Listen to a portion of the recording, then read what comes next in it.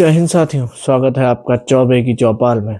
और आज इस चौपाल में हम बात करेंगे एक ऐसे देश के विषय में जिसके ऊपर आजकल पूरी दुनिया की निगाह टिकी हुई है, क्योंकि वहाँ कुछ ऐसा हो रहा है जो अगर आगे बढ़ता है तो वो पूरी दुनिया के लिए ही खतरनाक साबित हो सकता है।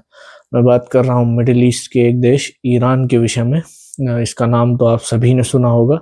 ईरान की राजधानी तेहरान है, जो कि ईरान का सबसे बड़ा शहर भी है। और अगर ईरान के इतिहास के विषय में बात करें तो इसका इतिहास लगभग 2000 वर्ष से भी पुराना है।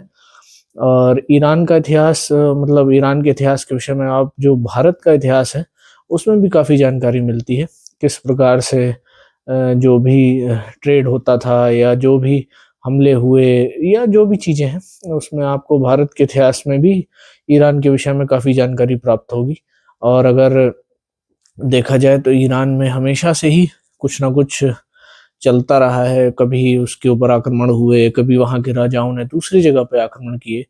लेकिन हाँ, ये है वह देश काफ़ी पुराने समय से चला आ रहा है और एक मजबूती से अपने स्थान पे जमा हुआ है। तो संस्कृति है, सभ्यता है, वो भी काफ़ी पुरानी है। और अगर देखा जाए तो वहाँ पे समय-समय पे काफ़ी बदलाव होते आए हैं।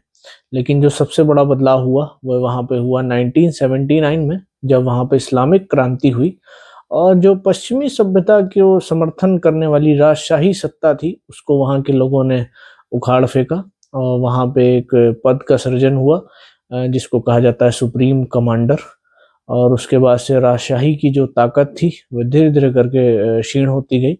और लेकिन हाँ, पिछले कुछ समय में ये देखा गया कि अब वहाँ के जो लोग हैं वह अपनी इस जो सत्ता है उससे काफ़ी परेशान चल रहे हैं। अभी तो वहाँ काफ़ी हाई इंटेंसिव यहाँ पे विरोध प्रदर्शन चल रहा है। जो इस समय सुप्रीम लीडर हैं खामनेई, उनकी सरकार के खिलाफ इस समय ज़बरदस्त विरोध प्रदर्शन चल रहा है। और इसकी शुरुआत कोई आज से नहीं हुई, पिछले कुछ सालों से ईरान में ये जो अग्नि है धीरे-धीरे करके सुलग रही थी, क्योंकि वहाँ के जो कानून व्यवस्था है वो काफ़ी कठिन होती जा रही थी, लोगों के प्रति कठोर होती जा रही थी। विशेष करके महिलाएं जो इसके खिलाफ ओपनली बोलने लगी थी, क्योंकि उन्हें हिजाब और जो अन्य प्रकार की रूढ़िवादी प्रथाएं जो उन्हें लगती हैं इसके खिलाफ वो प्रदर्शन कर रही थी। और धीरे धीरे करके ये चीज़ आगे की ओर बढ़ी। पिछले साल से ये प्रदर्शन काफ़ी हाई इंटेंसिव हुआ और इस समय तो वहाँ पे काफ़ी ज़बरदस्त तरीके से विरोध प्रदर्शन चल रहा है। और इंटरनेट सेवाएं बंद कर दी गई हैं, कई क्षेत्रों में तो लाइट तक काट दी गई है। और जो वहाँ के सुरक्षा बल हैं और जो वहाँ के प्रदर्शनकारी हैं उनके बीच झड़पें हो रही हैं, जिसमें वहाँ लोकल रिपोर्ट्स के अनुसार अभी तक 500 से अधिक जो प्रदर्शनकारी हैं उनकी जान जा चुकी है। और जब वहाँ पे इस्लामिक क्रांति हुई थी उसके बाद आप सभी जानते होंगे, इस्लाम को जो लोग मानने वाले हैं कि वहाँ उसमें दो पक्ष के लोग होते हैं, शिया और सुन्नी। शिया मत को मानने वालों की संख्या अधिक है, इसलिए वहाँ पे जो शियाओं का शासन है, तो उसके बावजूद वहाँ पे जो कानून व्यवस्था है या जो नियम हैं वो काफ़ी कठोर होते जा रहे थे, जिसके कारण लोग काफ़ी परेशान थे। और अभी हाल ही में जो प्रदर्शन शुरू हुआ उसको कहा जा रहा है कि वहाँ पे बढ़ती हुई महंगाई और बेरोजगारी को लेकर के जो वहाँ के युवा हैं वो भी सड़कों पे उतरे हुए हैं। और वह अब ये चाहते हैं कि वहाँ पे जो राजशाही है उसको वापस लाया जाए। इसी कारण आपने देखा होगा अभी प्रदर्शन के दौरान कई जगह पे जब तक वहाँ इंटरनेट चल रहा था जो फुटेजेस सामने आ रही थी कि उन्होंने वहाँ का जो झंडा है, जो पहले राजशाही झंडा हुआ करता था, उसको लेके वो प्रदर्शन कर रहे हैं कि अब वह इस सत्ता से परेशान हो चुके हैं और वह दोबारा से ईरान में राजशाही चाहते हैं, ताकि जो वहाँ की आबादी है या जो भी लोग वहाँ रहते हैं उनके लिए थोड़े कानूनों में सरलता आए और वो लोग भी मॉडर्नाइजेशन की ओर आगे की ओर बढ़ पाएँ और जो भी उनकी रूढ़िवादी जो मान्यताएं हैं उनसे आगे की ओर बढ़ सकें। और कुछ लोगों का ये मानना है, और इसमें सबसे पहले तो खामनेई सरकार का ही ये मानना है कि ये सब अमेरिका के इशारे पे किया जा रहा है, इसीलिए उन्होंने सीधा-सीधा दोषारोपण अमेरिका को किया है।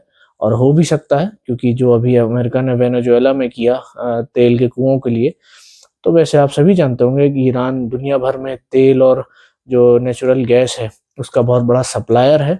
और वहाँ की जो उनकी अर्थव्यवस्था है वो इन्हीं दोनों फैक्टर्स पे बहुत हद तक टिकी हुई है। तो ये भी हो सकता है कि अमेरिका उसके ऊपर भी अपना आधिपत्य जमाना चाहता हो, तो उसने ही इन सब चीज़ों का समर्थन किया हो। जो सरकार है वो इस चीज़ को मानती है। इस बात की पुष्टि अभी 2 दिन पहले ही हुई है कि जब वहाँ की संसद के जो अध्यक्ष हैं, उन्होंने जो ओपनली बोला है कि हमारे देश में जो भी हो रहा है वो ये यूएसए और इज़राइल की जो सुरक्षा एजेंसियाँ हैं, उनके कारण ये सब हो रहा है। ये तक कहा है कि अब स्वतंत्र हैं अमेरिका और इज़राइल के जो भी एयर बेस हैं या मिलिट्री बेस हैं, उनको टारगेट करने के लिए, और वह जल्द ऐसा कुछ करेंगे भी। तो ये जो कंडीशन इस समय ईरान में बन रही है, ये काफ़ी खतरनाक सिचुएशन बनती जा रही है, क्योंकि अमेरिका बार-बार ये बोल रहा है कि हम प्रदर्शनकारियों का समर्थन करते हैं और खामनेई की सरकार को गिर जाना चाहिए या खामनेई को अपना पद छोड़ देना चाहिए। और खामनेई अपनी तरफ से डटे हुए हैं कि हम अपने पद को नहीं छोड़ेंगे और किसी भी प्रकार का जो उपद्रव है, वह अपने देश में बर्दाश्त नहीं करेंगे। इसीलिए उन्होंने इंटरनेट सेवाएँ बंद कर दी हैं और लाइट भी काफ़ी जगह की काट दी गई है, और लगातार ऐसी न्यूज़ आ रही है कि वहाँ के सुरक्षा बल ओपन फायर कर रहे हैं प्रदर्शनकारियों के ऊपर, और प्रदर्शनकारियों द्वारा भी वहाँ पे काफ़ी हिंसा की जा रही है, किस प्रकार से वहाँ बिल्डिंग जलाई जा रही हैं या और चीज़ें जो फुटेजेस कहीं न कहीं से सामने आ रही हैं, उससे पता चल रहा है। तो जो इस समय संघर्ष है, वो काफ़ी तेज़ी से और उग्र हो रहा है, जिसको रोका जाना चाहिए, क्योंकि ना ये तो ईरान के लिए अच्छा है, ना ये बाकी दुनिया के लिए अच्छा है। क्योंकि अगर ईरान में ऐसी चीज़ें बढ़ेंगी, तो ज़ाहिर-सी बात है जो तेल पूरी दुनिया में ईरान से जाता है, उसके ऊपर भी इफ़ेक्ट पड़ेगा और पूरी दुनिया में फिर एक जो तेल की कीमतें हैं, उसमें भी वृद्धि देखी जाएगी। और ईरान में जो कंडीशन बन रही है, उसको लेकर के दुनिया भी 2 भागों में बँट गई है।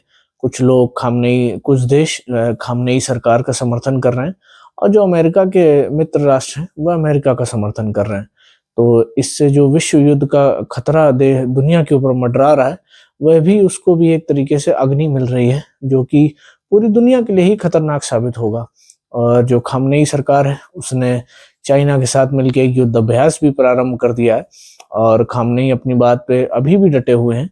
वो कह रहे हैं कि हम इस तरीके के उपद्रव बर्दाश्त नहीं करेंगे और अमेरिका को इस चीज़ का जवाब ज़रूर देंगे। और ट्रंप अपनी तरफ से लगे हुए हैं कि हम जो प्रदर्शनकारी हैं, उन्हें पूरा समर्थन करेंगे और हमारी सेना कभी भी ईरान के ऊपर कार्रवाई कर सकती है। ऐसे तो अमेरिका दुनिया भर को इंटरनेशनल कानून सिखाता घूमता है, लेकिन जब खुद का नंबर आता है, तो वो खुद किसी भी देश के इंटरनल मैटर में कूदने लगता है या बोलने लगता है। तो इसके ऊपर भी ध्यान देने की बहुत आवश्यकता है, और अब देखना ये होगा कि आने वाले कुछ जो दिन हैं, वो बहुत महत्वपूर्ण हैं कि उसमें क्या रुख रहता है। क्या वहाँ के जो विद्रोही हैं, वो कुछ शांत होते हैं, अपनी सरकार से डायरेक्ट बात करते हैं, या अमेरिका हमेशा की तरह कुछ ना कुछ ऐसा करेगा, जिससे ईरान में या जो उसने और देशों में किया है कि ईरान की सरकार गिराएगा और वहाँ पर भी अपना आधिपत्य जमाने का प्रयास करेगा। बाकी मैं तो यही चाहूँगा कि जो भी चीज़ें हैं शांति से निपट जाएँ, क्योंकि ये सब चीज़ें ना ईरान के लिए अच्छी हैं और ना पूरी दुनिया के लिए अच्छी हैं। बाकी आप लोगों की क्या राय है इस मुद्दे पे, कमेंट सेक्शन में ज़रूर बताइएगा। और बाकी अगर आपको मेरा कंटेंट अच्छा लग रहा है, तो प्लीज़ चैनल को सब्सक्राइब करिएगा, वीडियो को लाइक कीजिएगा और कमेंट सेक्शन में अपना प्यार दीजिएगा। धन्यवाद। जय हिंद।